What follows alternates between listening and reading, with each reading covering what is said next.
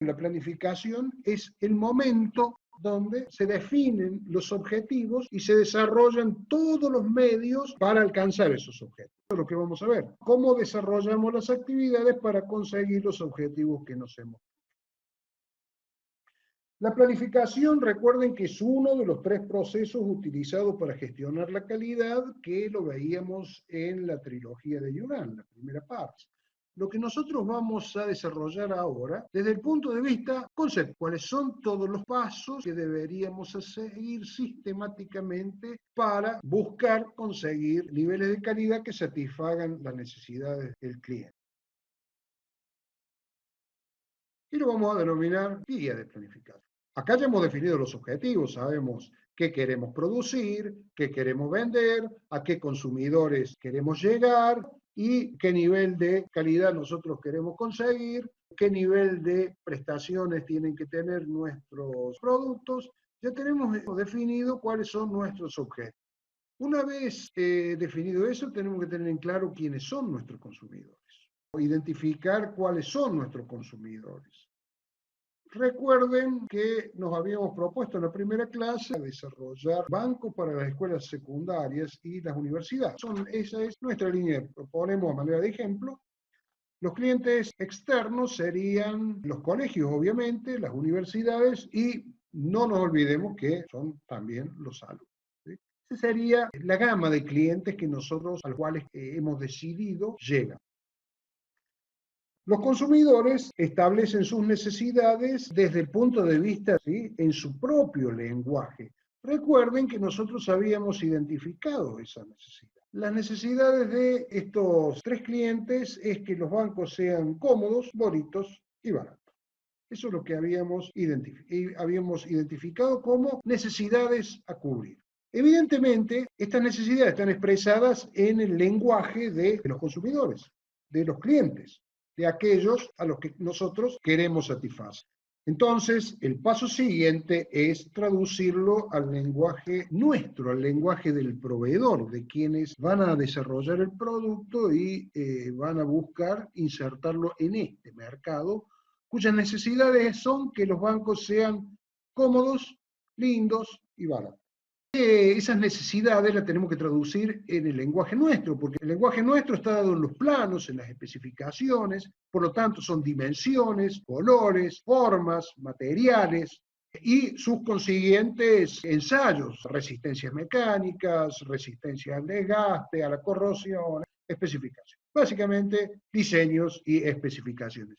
Ese es el lenguaje que nosotros manejamos dentro de nuestra organización y establecemos medidas, formas, materiales, colores y todas esas cuestiones, en definitiva para satisfacer aquellas otras 3 necesidades que son al lenguaje de nuestros consumidores, bonito, cómodo y barato.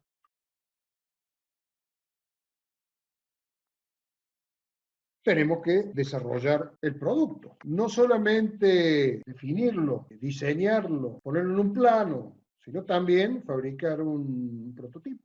En esta etapa se determinan todas las características del producto, lo que va puesto en el diseño, las cotas, las especificaciones, construimos los prototipos y tratamos de verificar de qué manera cumple con las expectativas del consumidor. Hacemos 10, 12 bancos y mandamos uno a cada colegio, universidad, para que nos digan qué les parece. Bueno, desarrollamos el producto. Una vez que vuelve la información de lo que resultó de esas pruebas, lo que nos pareció a nosotros cuando nos sentamos en el banco, lo que nos dijo eventualmente los potenciales clientes de qué les parecía el producto, seguramente vamos a tener que hacer algún ajuste. Optimizamos el diseño del producto. Lo ajustamos. Finalmente tenemos consolidado el producto, sabemos lo que tenemos que fabricar. Cuando hemos establecido todas las definiciones del producto, el siguiente paso es desarrollar planificación del proceso de producción de ese producto o servicio. En esta etapa se asignan todos los recursos para desarrollar los medios de producción, las instalaciones, todos aquellos recursos que hacen falta para producir el producto. Se prevén los recursos humanos, se contrata a la gente, se capacitan. Desarrollar el proceso implica no solamente poner una máquina detrás de la otra, y tener las instalaciones adecuadas, sino todo lo que se necesita. Tenemos que ampliar el comedor porque vamos a aumentar con esta línea de productos. Bueno, forma parte. En general tiene que ver con diseñar el proceso, prever las instalaciones y todos los otros. Se hacen las pruebas. Antes de iniciar la producción, se hacen las pruebas de capacidad, de aptitud del proceso productivo. Allí se prueban no solamente las máquinas, sino la capacidad de nuestros operarios también, probablemente de manera limitada, porque no es que contratamos a todos los individuos que van a trabajar en esa línea de producción, porque tenemos una rampa de salida productiva que seguramente estaremos fabricando unos pocos bancos y después iremos aumentando en función a cómo también reaccione el mercado. En esta etapa lo que se hace es validar el proceso, y la validación del proceso incluye también la capacidad de los recursos humanos.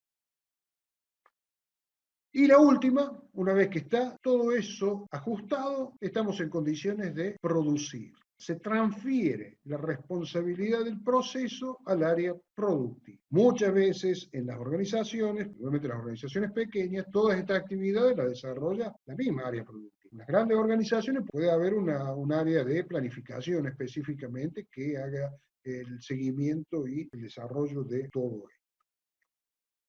Cada una de estos pasos lleva una determinada cantidad de actividades para poderlo desarrollar. ¿Qué dependerá del producto que se trate? Dependerá del tipo de organización, dependerá de las cuestiones particulares. Pero estos son los pasos que nosotros deberíamos tener en cuenta. Esto está visto desde el punto de vista del desarrollo de un producto propio, algo que nosotros desarrollamos y comercializamos. Si nosotros somos un autopar, trabajamos para un cliente específico, muchos de estos pasos, sin que falte ninguno de otros, se simplifica o cambian. Porque identificar los consumidores, acá los consumidores van a ser mucho menores, ¿sí? Pero es algo que tenemos que hacer. Esta parte es bastante más sencilla. ¿Por qué? Descubrir la necesidad de los consumidores. Y los consumidores nos dicen exactamente lo que quieren en el lenguaje nuestro. Nos dan los planos muchas veces, nos dan toda la información, nos explicitan claramente las necesidades, no tenemos que hacer esto. Siempre existe esta etapa de traducción, ¿por qué? O porque hay algo que no entendemos, o necesitamos ponernos de acuerdo en algunas cuestiones, en algunos criterios, y habrá ese diálogo directo, pero siempre es mucho más fácil que cuando nosotros de cliente lo tenemos al mercado abierto. Estas son las etapas. Yo creo que no depende ni del tamaño de la organización, ni del tipo, línea de producto. Son todas ellas las que se deben cumplir de algún modo. Esto, que es muy sencillo, es el tema central de esta unidad. Dentro de las herramientas que se van a utilizar en muchos de esos pasos, de la planificación general para ordenar y para indicar las principales actividades que hay que realizar en esa decena de pasos que acabamos de ver, una herramienta yo diría una herramienta esencial que ustedes tienen que dominar y utilizar frecuentemente es el diagrama de flujo.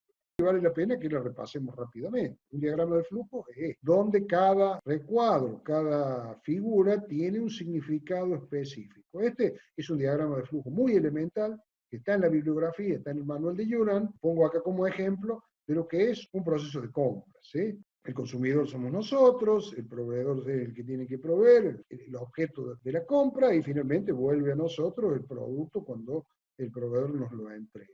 Los procesos que se deben realizar y las tomas de decisión en algún momento que se tienen que. Esta herramienta es muy poderosa porque tiene básicamente dos cuestiones importantes. Primero, nos ordena todos los pasos que tenemos que realizar, todos los procesos. Segundo, nos ayuda a que no nos olvidemos ninguno. Nosotros podemos hacer un diagrama de flujo hasta de cómo aprobar la materia de metrología e ingeniería de calidad. El diagrama de flujo tiene un lenguaje particular. En general las normas son muy parecidas. Acá coloqué la norma ANSI, que es la del Instituto Nacional Americano de Normalización, que conjuntamente con ISO, en realidad la norma es ISO 5807, y ANSI adoptó la norma ISO, su simbología con la norma ISO. Cada símbolo significa una cosa.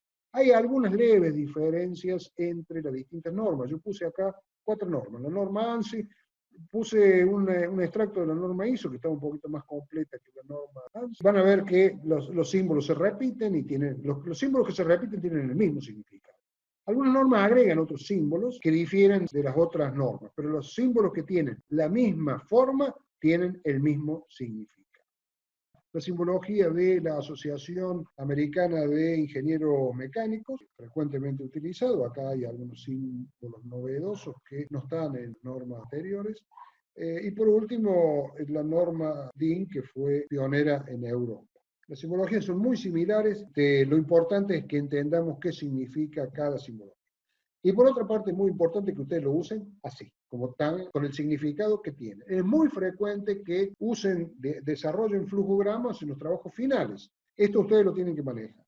Yo asumo que ustedes lo saben y lo manejan. Por lo tanto, puede ser que haya preguntas que vayan orientadas al uso de esta herramienta.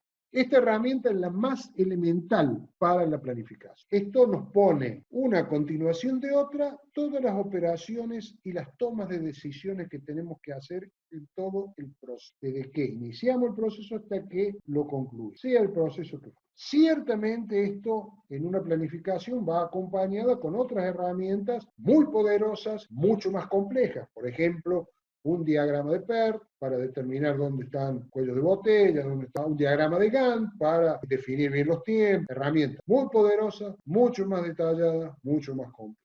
No es solamente la planificación que se cubre con un diagrama de flujo. Yo diría que es la primera herramienta que tenemos que usar porque es muy sencilla y nos va a facilitar colocar todas las operaciones, todos los procesos que tenemos que desarrollar en esa planificación.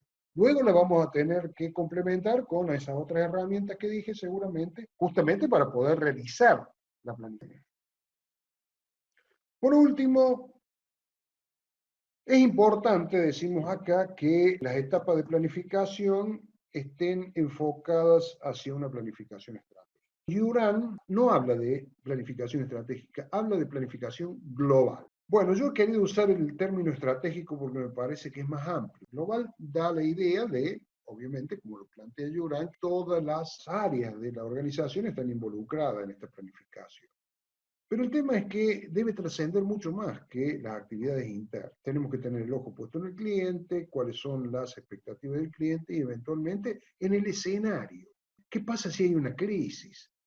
Joran ni siquiera lo plantea eso, lo plantea muy superficialmente.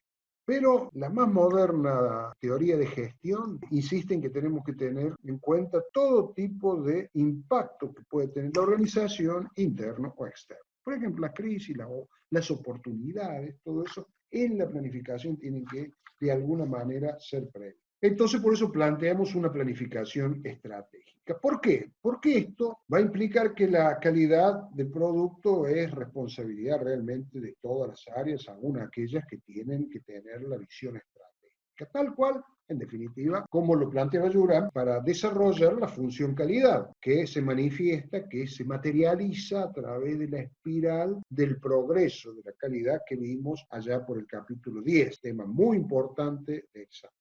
¿Cuál es la finalidad de eso? Obtener la aptitud de uso, que es lo que Juran califica como calidad. Nos decíamos, tenemos que desarrollar la gestión de la calidad con una visión estratégica.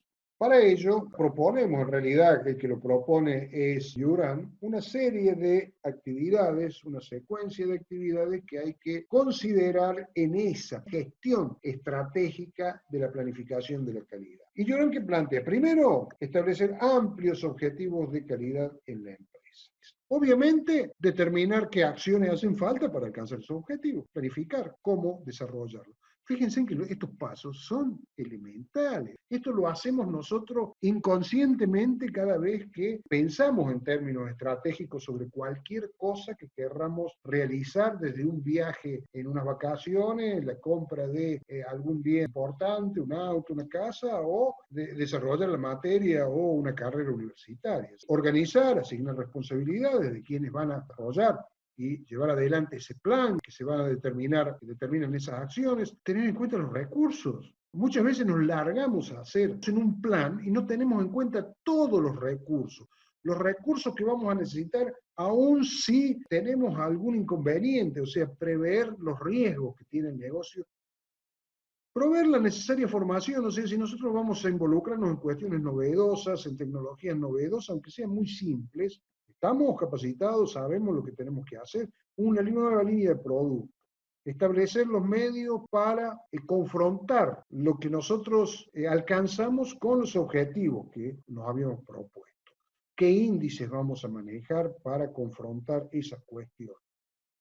Establecer un proceso de revisión periódica de los resultados, porque dijimos que los objetivos no es solamente cuestiones que tenemos que alcanzar y las tenemos que monitorear, sino que tenemos que ser flexibles ante diversas circunstancias que se nos presentan en el camino, que pueden empeorar o mejorar la situación y por lo tanto eventualmente tener que alterar los objetivos. Y finalmente, establecer un sistema de recompensa. O sea, desde el principio hasta el fin, lo que es una planificación, con una visión estratégica. ¿Qué dice la norma ISO 9001 del tema planificación? La ISO 9001 la vamos a ver en la próxima clase. La última versión de la norma es del año 2015. Le dedica un capítulo. El capítulo 6 se lo dedica exclusivamente a la planificación. Y habla de una cuestión que Juran no tuvo en cuenta. ¿Qué tenemos que prever como riesgos y oportunidades? Tenemos que tener en cuenta la planificación. En el desarrollo de un producto podemos tener criticidades que hacen cambiar fundamentalmente el escenario y tenemos que abordar ese riesgo. ¿Cómo? Bueno, lo deberíamos prever antes. Y observando nuestro mercado, con las previsibilidades o las imprevisibilidades que tiene nuestro mercado, tenemos que prever los riesgos que tiene nuestro mercado, pero también tiene oportunidades. ¿Sí? ¿Y cómo vamos a reaccionar ante unos y otros? Eso tiene que estar involucrado en toda la etapa de planificar. Comprender a la organización y fundamentalmente el contexto, las necesidades y expectativas de las partes interesadas, porque también están sometidas a estas eventualidades del mercado. Determinar justamente cuáles son esos riesgos y oportunidades, y por lo tanto, en función de esos, la organización debe planificar cómo va a actuar ante esas situaciones. Determinar objetivos de calidad para todas las funciones, para todos los niveles, planificar las acciones para lograr esos objetivos de calidad. Podemos seguir esa decena de pasos de Juran. Eventualmente, si fuese necesario cambiar algo, lo cambiamos. Actuar en consecuencia cuando necesitamos ajustar alguna cosa. En cuanto a los documentos y registros que forman parte, porque acá es donde en la etapa de planificación es donde nosotros definimos qué documentos y qué registros vamos a llevar y vamos a mantener y vamos a desarrollar en nuestro proceso productivo durante la etapa de producción, inclusive los documentos que van a ser utilizados y registros durante la etapa de planificación, se definen en esta etapa. La norma, la última modificación que tuvo en el 2015, desburocratizó totalmente el sistema. Y dice, tenga lo que le haga falta, no especifica nada en concreto. En la medida que sea necesario, la organización debe mantener información documentada para apoyar las operaciones de su proceso. ¿Qué cosa? Lo que haga falta. Y lo que no hace falta, y no lo haga, lo que sea necesario para apoyar, que les sirva también como datos para eventualmente tomar decisiones a futuro. Especificaciones, procedimientos, instrucciones de trabajo. Esto es, lo que está en azul es texto literal de la norma. Conservar la información documentada para tener la confianza de que los procesos se realicen según lo planificado. ¿Cuánto tiempo? Lo que le haga falta, lo que dice acá arriba, en la medida de lo necesario. La norma ISO deja librado a la organización y eventualmente a que se ponga de acuerdo con su cliente la documentación que debemos desarrollar, mantener, archivar, conservar en todas las etapas de planificación y luego producción también.